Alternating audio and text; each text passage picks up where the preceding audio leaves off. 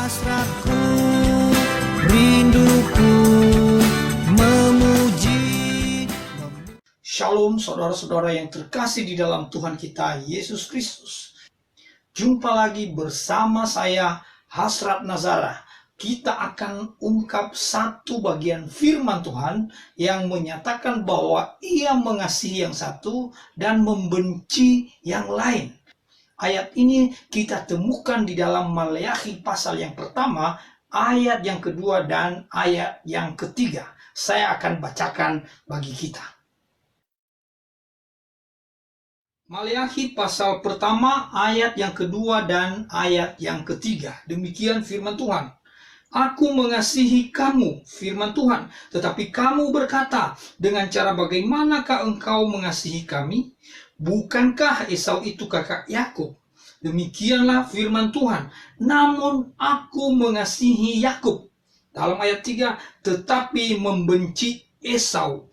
Sebab itu aku membuat pegunungannya menjadi sunyi sepi dan tanah pusakanya kujadikan padang gurun. Demikian firman Tuhan. Nah, dari ayat yang barusan kita baca, kita menemukan di situ suatu ungkapan yang cukup mengejutkan dalam hati kita.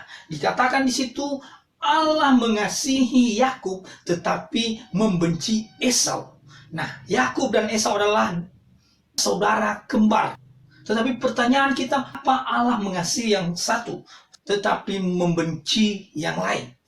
Ini sungguh berbeda dengan karakter Allah yang selama ini kita tahu bahwa Allah adalah Allah yang penuh dengan kasih dan Allah kita tidak pernah membeda-bedakan siapapun. Ia mengasihi semua orang tanpa membedakan. Bahkan di dalam perjanjian baru disebutkan Allah adalah kasih.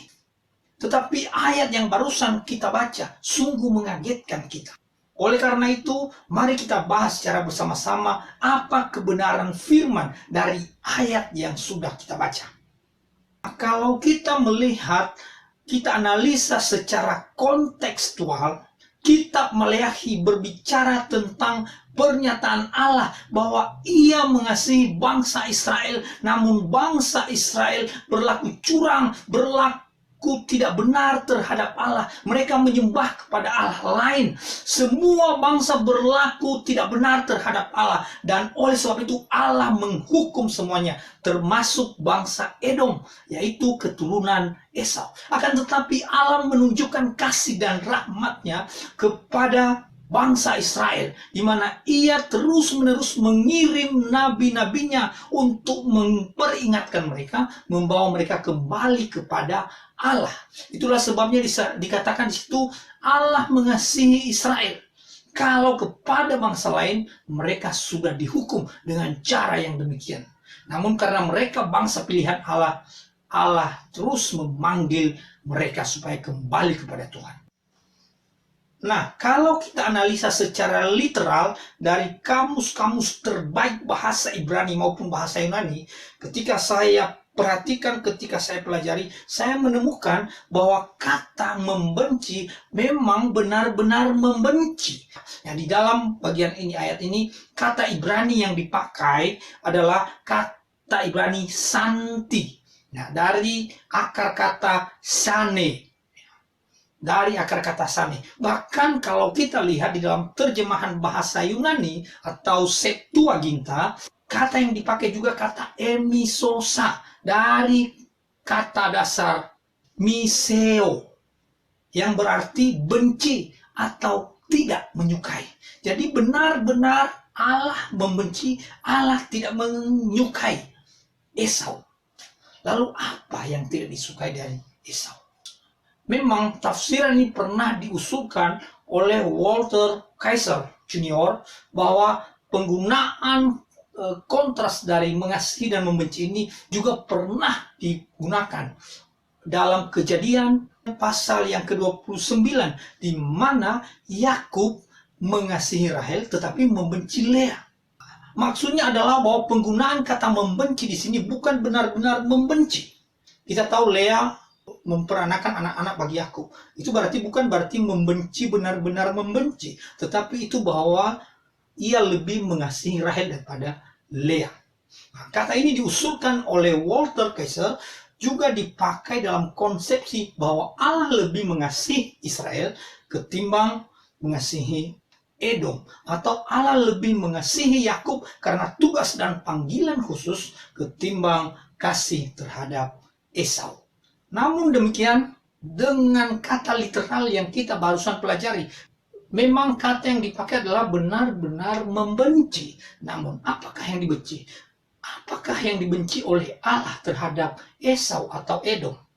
Nah, Esau atau Edom ini terdiri dari 3 pengertian. Yang pertama, orangnya, Esau. Yang kedua, bangsanya, bangsa Edom. Atau yang ketiga, wilayahnya. Apakah Allah benci orangnya? Tentu tidak mungkin. Apakah Allah benci wilayahnya? Tentu tidak mungkin. Kemungkinan adalah benci bangsa itu karena perbuatan mereka yang tidak benar. Secara historis, kita bisa melihat di dalam kitab Kejadian pasal yang ke-25, memang Esau dan Yakub adalah 2 saudara kembar, yang mana Allah dalam kedaulatannya telah memilih Yakub menjadi untuk diberkati dan kemudian menjadi berkat bagi bangsa-bangsa lain. Sementara Esau juga mendapatkan berkat, namun tidak mendapatkan berkat yang khusus sebagaimana Tuhan curahkan kepada Yakub. Allah dalam kedaulatan dan karakternya yang sempurna, bahwa ia telah mengambil keputusan untuk mengasihi Yakub dan pada sisi lain membenci Esau, itu suatu keputusan yang sempurna. Dan nanti kita melihat pada kenyataannya, 2 bersaudara ini memang sama-sama memberontak terhadap Allah. Yakub sebagai penipu, Esau hidup keras, bangsa Edom penuh dengan dendam, dan itu suatu hal yang dibenci oleh Allah. Namun demikian, Allah mengasihi Yakub karena Allah memberikan tugas khusus kepada mereka menjadi berkat-berkat, menjadi berkat bagi bangsa-bangsa, termasuk kepada kita sampai hari ini. Jadi apakah maksudnya Allah mengasihi Yakub tetapi membenci Esau? Saya kira semua bangsa, baik bangsa Israel maupun bangsa Edom, memberontak terhadap Allah, menyembah kepada hal lain, dan hal itu dibenci oleh Allah. Dan itulah yang terjadi kepada bangsa Edom. Namun kepada bangsa Israel, Allah memberikan rahmat, memanggil mereka berkali-kali dengan mengutus nabi-nabinya supaya mereka kembali kepada Allah, karena Allah memiliki rencana dan tugas khusus untuk bangsa Israel, yaitu bahwa mereka akan menjadi berkat bagi bangsa-bangsa yang semana sampai kepada kita sampai hari ini. Sebagaimana kita tahu bersama dalam peristiwa yang sangat bersejarah ketika bangsa Israel keluar dari Mesir menuju tanah perjanjian, yaitu tanah Kanaan. Dan pada masa itu bangsa Israel meminta izin untuk melewati daerah dari bangsa saudaranya ini, yaitu daerah Edom. Namun bangsa Edom tidak mengizinkan bangsa Israel melewati daerah mereka.